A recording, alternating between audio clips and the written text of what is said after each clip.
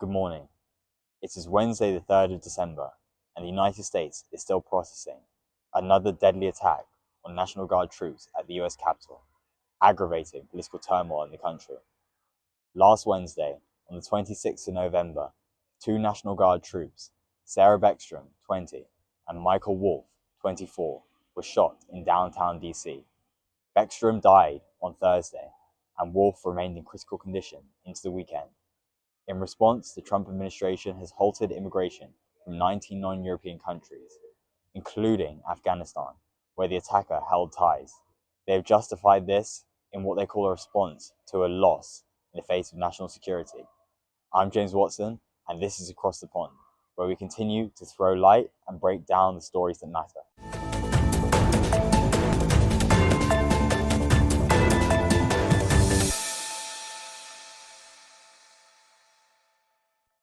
Far tighter immigration restrictions and border policies have now been linked directly to a tragic incident in which Afghan national Ramanullah Lakanwar, who entered the US under a previous evacuation program, is accused of ambushing two National Guard soldiers near the White House. At the same time, troops of the United States National Guard have redoubled and been deployed across US cities as part of what the White House calls a crime-fighting effort.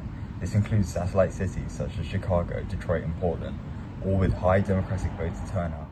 And I think a lot of these cities, for political reasons, have decided to just not enforce certain laws for various reasons.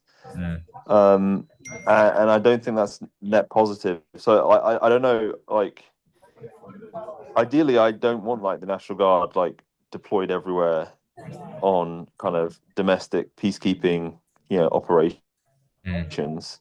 But I do think in a lot of these cities, the leadership has declined to govern and declined to administer laws. So I don't really know what the solution is otherwise that a federal government could do. So I think it's a bit of a catch-22, to be honest. The deployment of these armed troops on American streets while strengthening immigration curbs represents a far more militant immigration policy than existed under the Biden administration.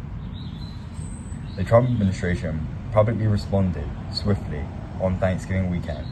The president called the attacker an animal, warned that he will pay a very steep price, and ordered 500 additional National Guard troops into Washington D.C. to reinforce security. Critical voices warn that this combines militarization of communities with a broader push to close doors for migrants, particularly from non-Western countries. This has potential to weaken the number of refugees and asylum seeker applications, and is being packaged by the White House as a necessary step to prevent future threats. I think what we've seen, at least with this administration, is they're very keen to seize on any opportunity to ramp up the same kind of rhetoric and approach that we've been seeing since 2016.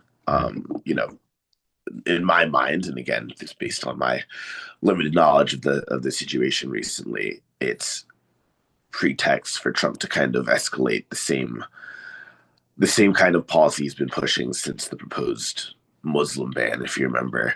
Almost a decade ago, I'd imagine, at this point. And I think an opportunity like this is just another chance to kind of spew the rhetoric that always invigorates their base.